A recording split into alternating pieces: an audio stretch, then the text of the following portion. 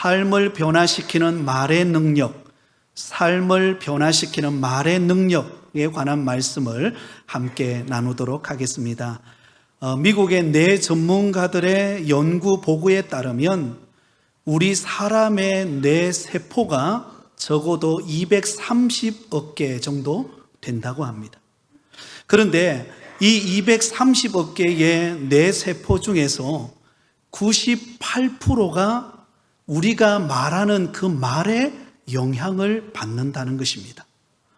그래서 최근 의학계에 따르면 뇌 속에 있는 언어 중추 신경이 모든 신경계를 다스린다라는 학설을 바탕으로 언어 치료법을 개발했다고 합니다. 그러니까 내가 말하는 이 말이 다른 신경을 지배하고 다스리는 그런 능력을 가지고 있다라는 말입니다. 그래서 실제로 실험을 해보았다고 합니다. 한 병원에서 치료가 불가능한 암 환자에게 매일같이 하루 3번씩 자신을 향하여서 난 깨끗하게 치료받을 것이다. 난 곧 나을 것이다. 그렇게 매일같이 하루 3번씩 그렇게 자신에게 긍정적으로 그렇게 말하라고 했다는 것입니다. 언어 치료법을 권했습니다. 그런데 놀랍게도 그 환자가 3주가 지났는데 실제로 완치되어지는 일이 일어나게 되었다는 것입니다.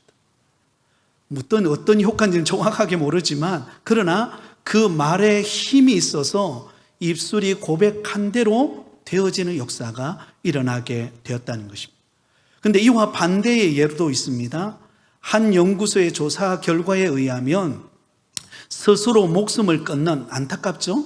청소년들의 80%에서 90%가 어릴 때 부모님으로부터 이런 말을 들었다는 것입니다. 너 같은 놈은 필요 없어. 나가 죽어. 너무 무서운 말이죠. 어릴 때 이런 말을 많이 들은 그런 자녀가 청소년 때 혼란기에 오면 참지 못하고 스스로 목숨을 끊는 결과들이 나타났더라는 것입니다. 그만큼 말의 영향력이 크다라는 것을 알 수가 있습니다.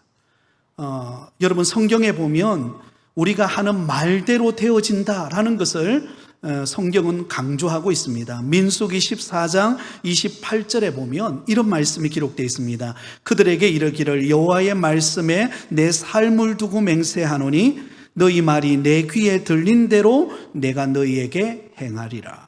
한번 따라해 볼까요? 너희 말이 내 귀에 들린 대로 내가 너희에게 행하리라. 예, 여러분 이 말씀은 우리가 잘 알고 있는 말씀이죠. 가데스 바네아에서 약속의 땅 가나안 땅에 12명의 정탐꾼을 보냈는데 그 중에 10명은 돌아와서는 부정적인 보고를 합니다.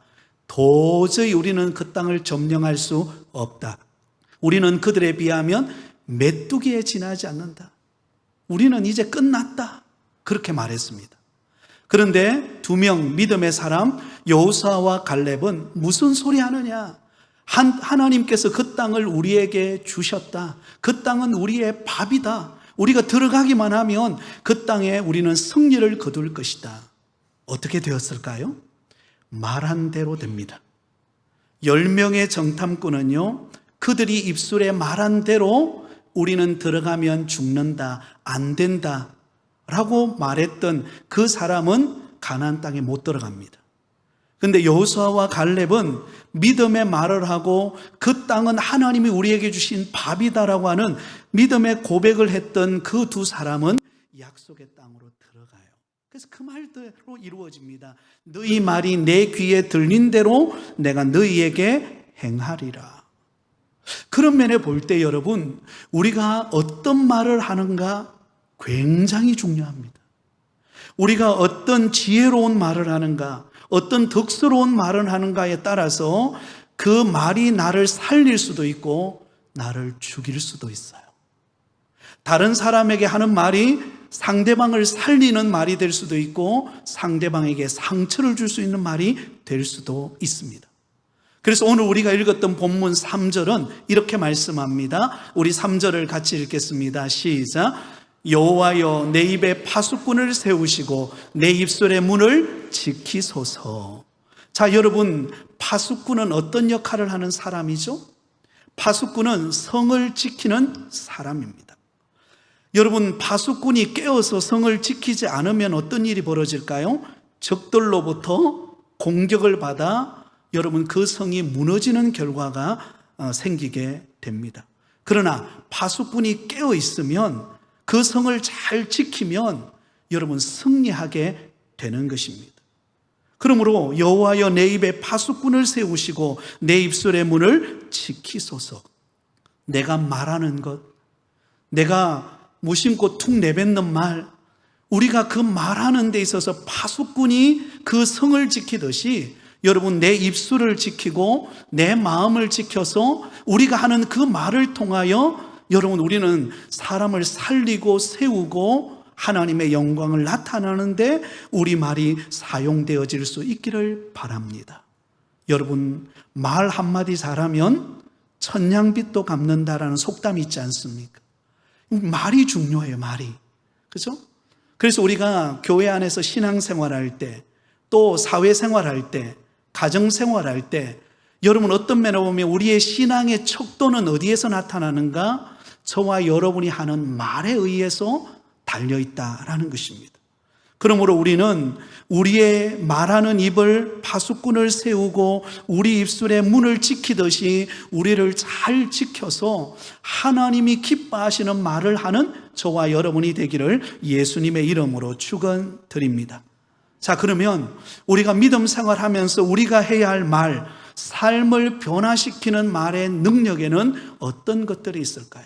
오늘 이 시간에 딱 3가지만 말씀드리겠습니다. 그 첫 번째는 바로 감사하는 말입니다. 한번 따라하겠습니다. 감사하는 말.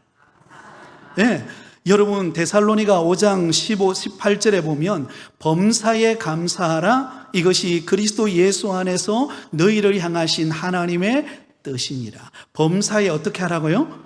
감사하라.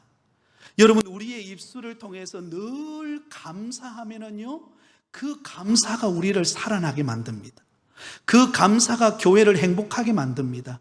그 감사가 가정을 세워가는 축복의 말이 될 줄 믿습니다. 그러면 우리는 무엇을 감사해야 할까요? 여러 가지 감사가 있는데요, 가장 먼저 하나님께 먼저 감사하는 자가 되어야 합니다. 여러분 하나님께서 만들어 놓은 이 자연 만물을 우리는 보면서 하나님께 감사하는 자가 되어야 합니다. 여러분 지금은 가을이죠. 추수의 계절, 가을 아니겠습니까? 여러분 아마 차를 타거나 이렇게 어떤 길을 가거나 여행을 하다 보면은요, 들녘에 이렇게 누렇게 익은 벼들을 아마 보게 될 것입니다. 그 가을 들녘에 보이는 그 누렇게 익은 벼들을 보면서 우리는 하나님께 뭐 할 수 있을까요? 감사할 수 있을 것입니다. 하나님께서 따뜻한 햇빛과 공기와 모든 환경을 주셔서 이렇게 가을에 누렇게 추수할 수 있게 하신 그 하나님 앞에 감사할 수 있겠죠. 또한 단풍이 물들어서 여러분 그 자연 속에서 그 기쁨을 누릴 수 있게 한 것도 여러분 하나님 앞에 감사할 수가 있겠죠. 여러분 우리가 매일같이 들어 마시는 이 공기, 내가 무의식 속에 들어 마시는 이 공기도 하나님께서 우리에게 허락하신 은혜인 줄 믿습니다. 사도행전 17장 24절에서 25절에 보면 이렇게 기록하고 있습니다. 같이 읽습니다.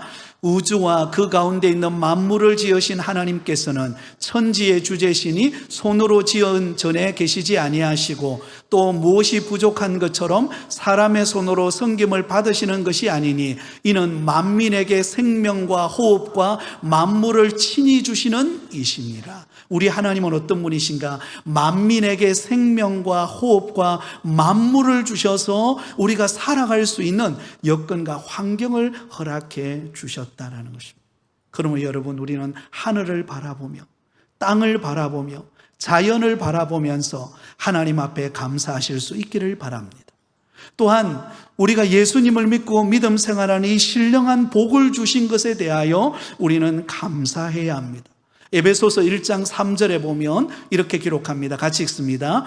찬송하리로다. 하나님 곧 우리 주 예수 그리스도의 아버지께서 그리스도 안에서 하늘에 속한 모든 신령한 복을 우리에게 주시되. 아멘. 여러분, 저와 여러분이 구원받아서 이렇게 믿음 생활하고 있는 것, 하나님이 우리에게 주신 은혜인 줄 믿습니다. 오늘 오전에 새생명 전도 축제를 통해서 많은 분들이 우리 교회에 와서 복음의 말씀을 들었습니다. 여러분, 그들 가운데 마음의 문을 열고 예수 그리스도를 구주로 영접하고 함께 구원 초청에 고백을 하고 아마 예수님을 영접하신 분이 계실 거예요. 얼마나 복됩니까? 그죠? 네. 예수님을 전혀 알지 못하고 살아가다가 예수 믿고 구원받아서 하나님의 택한 자녀로 살아간다는 것, 여러분, 이것은 그 어느 무엇과도 바꿀 수 없는 신령한 복인 줄 믿습니다. 또한 오늘 이렇게 저와 여러분이 믿음으로 주를 섬기며 살아가고 있는 하루하루가 감사한 거예요. 하루하루가 감사한 거예요. 여러분, 예수님을 믿지 않는 세상 사람들은요, 늘 불안 속에 살아갑니다. 늘 마음에 뭔가 두려움 속에 살아가요.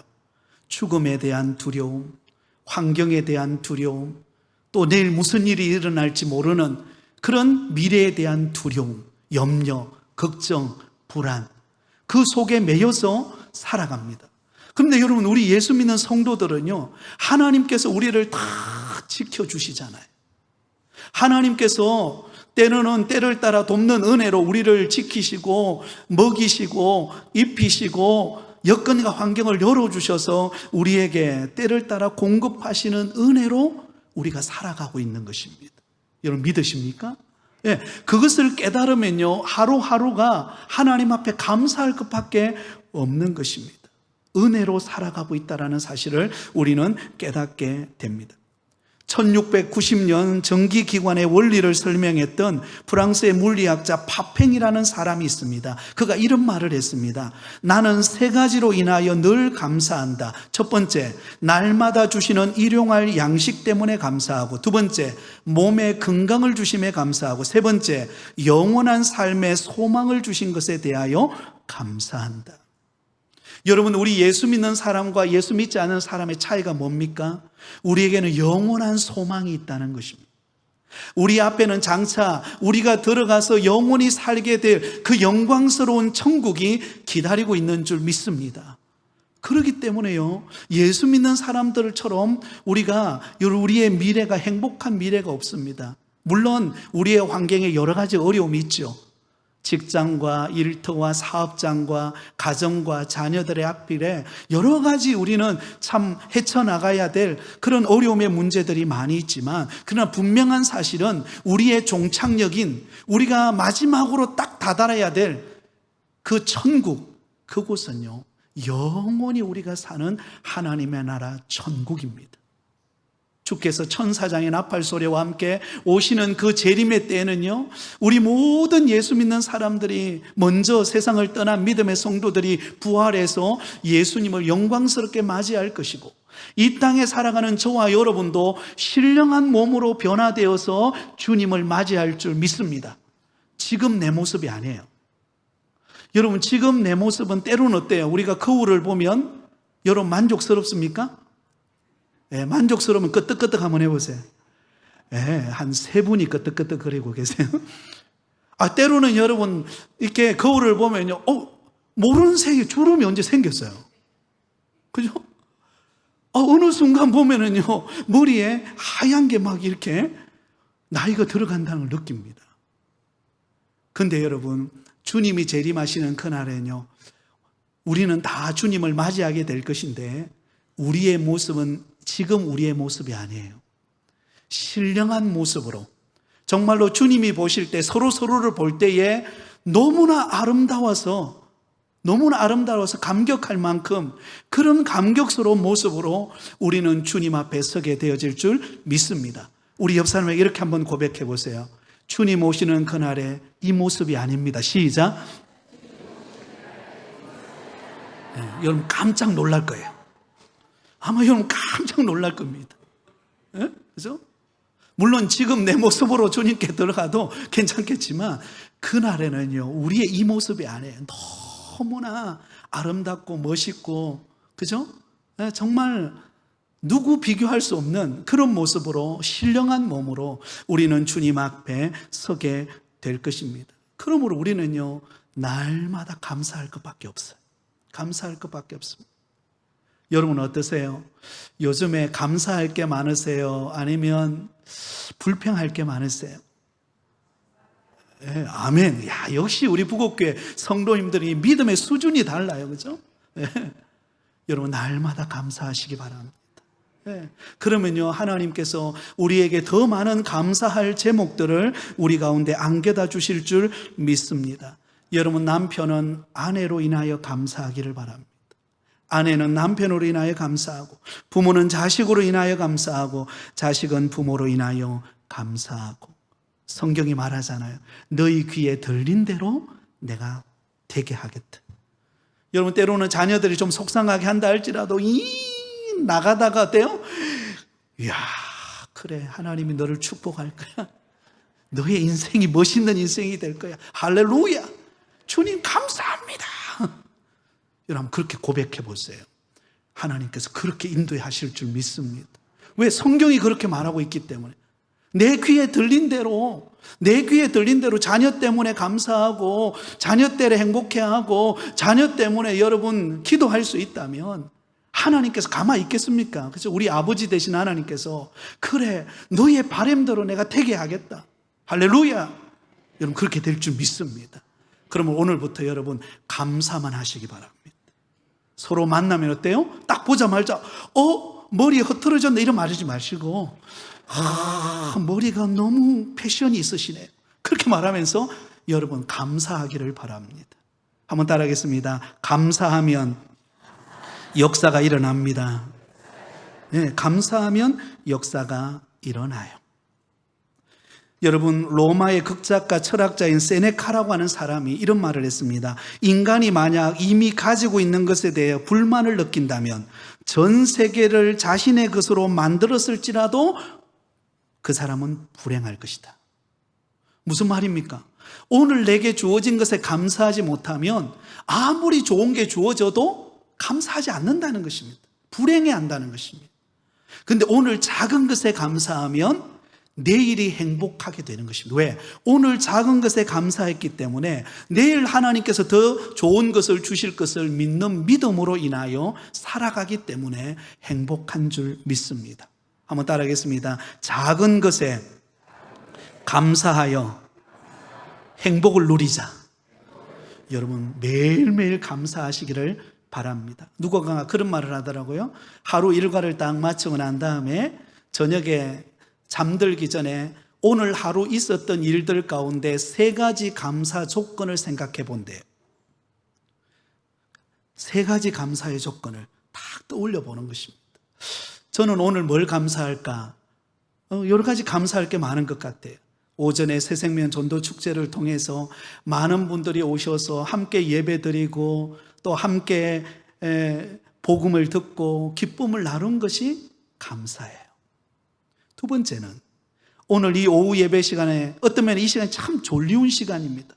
그런데 한 분도 안 주무시고 똘망똘망 어린아이한테는 아주 기품 있게 저를 바라보고 계시는 여러분을 보니까 감사가 되고, 할렐루야. 집에 들어가서 아내와 함께 이야기할 것을 감사하고. 여러분, 우리가 작은 일부터 감사하시기 바랍니다. 그러면 좋은 일이 있을 것입니다. 자, 2번째 우리가 해야 될 말은, 한번 따라하겠습니다. 칭찬하는 말. 네, 칭찬하는 말. 어렵지 않아요. 오늘 이야기하는 굉장히 단순하고 쉽습니다. 칭찬하는 말입니다. 자, 이 칭찬에는 대상에 따라 조금 다른데요, 하나님을 향하여서는 찬양으로 표현되고 서로를 향하여서는 칭찬과 격려로 표현됩니다. 자, 먼저 하나님을 향하여 우리가 드릴 수 있는 최고의 어떤 면의 표현은 뭡니까? 하나님을 찬양하고 높이는 것입니다. 하나님의 영광의 이름을 높여드리는 거예요. 시편 22편 3절에 보면 이렇게 말합니다. 같이 읽습니다. 이스라엘의 찬송 중에 계시는 주여, 주는 거룩하시니이다. 이스라엘 찬송 중에 거하시니. 여러분, 하나님은요 찬송 중에 임하세요. 우리 할렐루야 찬양대가 함께 찬양하여 오늘도 은혜로운 찬양을 얼마나 감사했는지 몰라요. 여러분, 그 은혜로운 찬양을 하모니를 이루어서 드릴 때 그 찬양 중에 하나님이 임재하세요.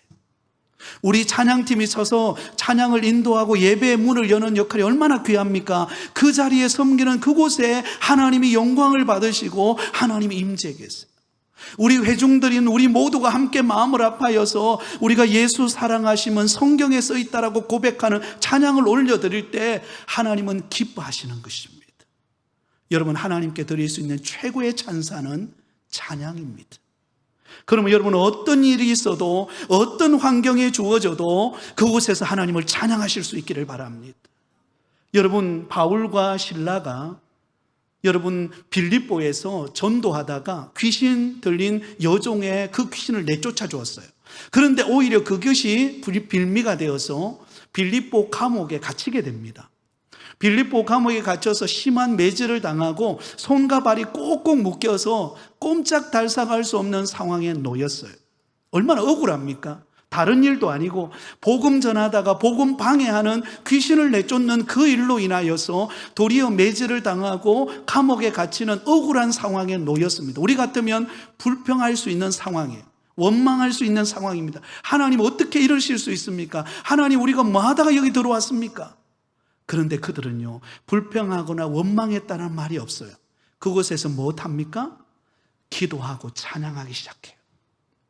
주님의 높고 위대하심을, 전능하신 나의 주 하나님은, 아바 아버지, 여러분 찬양하기 시작합니다. 주님을 높이기 시작합니다. 그러자 무슨 일이 일어납니까? 전혀 환경이 변할 것 같지 않은데 옥문이 막 들썩들썩 하더니 열려버려요. 옥문이 열려버려요. 착고에 차였던 꽁꽁 묶어놓았던 그 손에 묶어놓았던 착고가 풀려버립니다. 여러분, 찬양에는 이런 능력이 있는 줄 믿습니다. 하나님을 찬양하고 하나님을 높이면 우리에게 묶여있는 그 묶임의 어둠이 떠나가는 역사가 있을 줄 믿습니다. 왜? 하나님을 높여드리는 것이기 때문에, 하나님의 영광의 이름을 높여드리는 것이기 때문에, 그 찬양 중에 거하시는 하나님께서 우리 가운데 넘치는 은혜를 우리에게 안겨다 주십니다. 시편 68편 35절에 이렇게 말씀합니다. 같이 읽습니다. 하나님이여 위엄을 성소에서 나타나시나이다. 이스라엘의 하나님은 그의 백성에게 힘과 능력을 주시나니 하나님을 찬송할지어다. 할렐루야. 하나님은 우리에게 힘과 능력을 주십니다. 아멘. 하나님은 우리에게 힘과 능력을 주세요. 그러므로 우리는 하나님을 찬양하기 시작해야 합니다. 어떤 상황 속에서도, 안 되는 것 같은 상황 속에서도, 막히는 상황 속이라도, 자녀들의 여러 가지 어려움이 있어도 그때 하나님을 의지하고 찬양하기 시작하면 하나님께서 그 찬양의 소리를 들으시고 우리의 형편을 아시고 우리의 신음까지도 알고 계시는 하나님께서 그 묶였던 것들을 서서히 푸시는 역사가 일어나게 될 것입니다. 여호사밧 왕이 모압과 암몬의 공격을 받습니다. 공격을 받아요. 적군들이 막 연합해가지고 몰려 들어옵니다. 도저히 어떻게 해야 될지 몰랐어요. 그래서 하나님 앞에 기도했습니다. 하나님, 이 상황을 어떻게 이겨낼 수 있을까요? 근데 하나님이 방법 하나 딱 가르쳐줘요. 어떻게 하느냐? 찬양대로 조직하라는 거예요. 찬양대를 딱 조직해가지고 맨 앞에, 여러분 맨 앞에 누가 서야 됩니까? 창과 칼을 들고 있는 군사가 맨 앞에 나가야 되는데 하나님께서 그런 방법을 사용하지 않으시고 성가대, 찬양대를 맨 앞에 세웁니다. 그리고는 그 성가대원들이 앞으로 나가면서 하나님을 막 찬양하기 시작하면서 나가요. 그 뒤에 군사들이 서요. 그런데요, 놀라운 일이 일어나요. 찬양대원들이 한마음 뜻해서 하나님을 찬양하고 높이고 막 앞을 향하여 딱 전진해 나가니까는요, 여러분 모압 군대와 암몬 자손들이 서로 막 싸우네요. 서로 막 다투고 서로 막 싸우면서 여러분 스스로 그 팀이 무너지기 시작해요. 그래서 들어가서 승리를 거둡니다. 여러분, 찬양에는 이런 능력이 있는 줄 믿습니다. 여러분, 안 될 것 같죠? 찬양해 보세요. 됩니다. 찬양하면 우리가 살아나요. 찬양하면 우리 가정이 회복됩니다. 찬양하면 하나님의 능력을 보게 될 것입니다. 왜? 하나님을 높이는 것이기 때문입니다. 또 하나, 우리는 서로를 향한 칭찬과 격려를 아끼지 말아야 합니다. 여러분, 칭찬에는 10가지 능력이 있습니다. 어와나 클럽에서 뉴스레터를 실었던 글인데요. 칭찬하면, 격려하면 나타나는 10가지 능력이 있다 그래요. 여러분이 알려드릴게요. 첫 번째는 칭찬은 키 크는 약이다라는 것입니다. 칭찬은 뭐 하는 약이라고요? 키를 크게 하는 약이래요. 왜?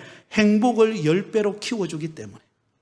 여러분, 누군가를 칭찬해 보세요. 그 칭찬을 들은 사람과 칭찬하는 나 역시 기쁨이 2배가 됩니다. 아니, 3배, 10배가 됩니다. 그러므로 칭찬과 격려를 하실 수 있기를 바랍니다. 두 번째, 칭찬은 만병통치약이다. 왜냐하면 칭찬은 안 낫는 것이 없다라는 것입니다. 여러분, 상대방을 칭찬하고 격려하면요, 지쳤던 마음, 상처받았던 마음, 힘들었던 마음이 회복이 돼요. 회복이 됩니다. 세 번째, 칭찬은 영혼이다. 보이지 않고 큰 영향력을 미치기 때문입니다. 네 번째는 칭찬은 메아리다. 간 것이 되돌아온다라는 것이. 한번 따라하겠습니다. 칭찬은 메아리다. 내가 칭찬하고 내가 격려하면요, 그게 돌고 돌아서 누구에게 온다고요? 나에게로 와요. 나에게로. 얼마나 참 여러분, 그죠? 유익한 것입니까? 그죠? 그 다음에 5번째, 칭찬은 꽃을 피우는 마술사다. 굳어있는 얼굴에 웃음꽃을 피우게 된다. 예. 그 다음에 여러분, 6번째는 칭찬은 샘물이다. 기쁨의 갈증을 깨끗이 씻어준다. 그리고 7번째, 칭찬은 벨책부록이다. 돈 안 들고 기쁨을 전해준다. 8번째, 칭찬은 씨앗이다. 무한한 가능성을 가지고 있기 때문이다. 9번째, 칭찬은 비타민이다. 몸과 마음이 상큼해진다. 우리 교회 성도님들 가운데서도 꼭 식사하고 난 다음에 비타민 드시는 분이 계시죠? 그 비타민이 굉장히 몸에 유익하듯이 우리가 다른 사람을 칭찬하고 격려하면 그것이 영적 비타민이 되어서 우리 몸과 마음을 상큼하게 만들어준대요. 마지막 10번째, 칭찬은 위대한 대통령이다. 역사를 새로 쓰게 만들기 때문이다. 여러분, 칭찬과 격려는 역사를 바꿉니다. 안 될 것 같은 물꼬를 트게 만드는 게 여러분 칭찬과 격려인 줄 믿습니다. 우리가 자녀들을 칭찬하고 격려하면요, 그걸 압니다. 한 인터넷 신문에 초중 고등학교 학부모 대상으로 860명을 대상으로 가장 기억에 남는 선생님은 누구였습니까? 라는 질문을 했습니다. 그 설문조사의 조사의 결과가 학생의 40%와 학부모의 66%가 가장 기억에 남는 스승 선생님은 칭찬과 격려를 많이 해준 선생님이었다라는 것입니다. 칭찬과 격려를 많이 해준 선생님. 여러분은 어떠세요? 저와 여러분은 다른 사람을 많이 칭찬하고 격려하는 편이세요? 아니면 여러분 다른 사람을 더 많이 판단하는 유형이세요? 간절히 바라기는 우리 부곡교회 모든 성도님들은 다른 사람을 대할 때 칭찬하고 격려를 아끼지 않는 성도가 되기를 바랍니다. 그것이 메아리가 되어서 누구에게로 온다고요? 나에게로 옵니다. 나에게로 옵니다. 우리 옆 사람 한번 바라보고, 숙제입니다. 한번 해보세요. 옆 사람의 칭찬 한마디 시작.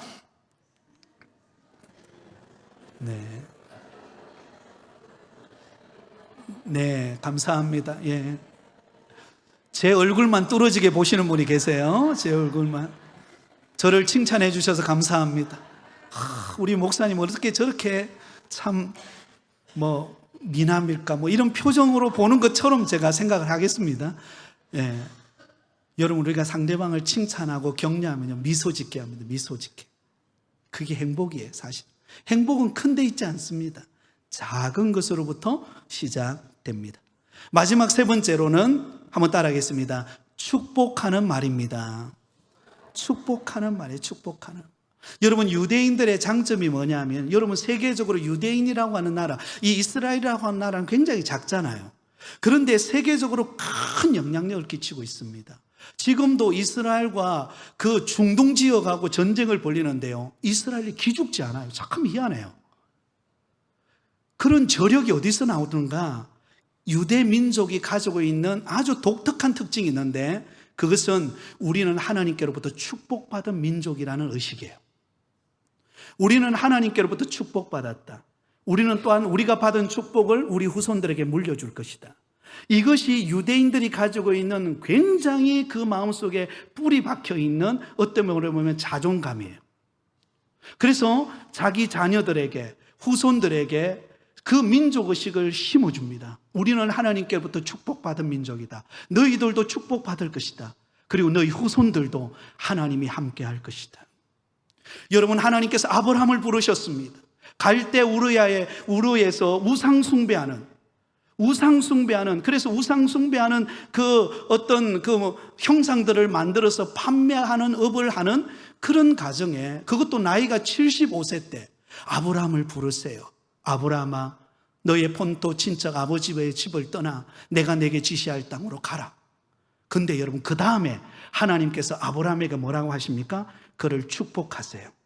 내가 너로 큰 민족을 이루고 내게 복을 주어 내 이름을 창대하게 하리니 너는 복이 될지라.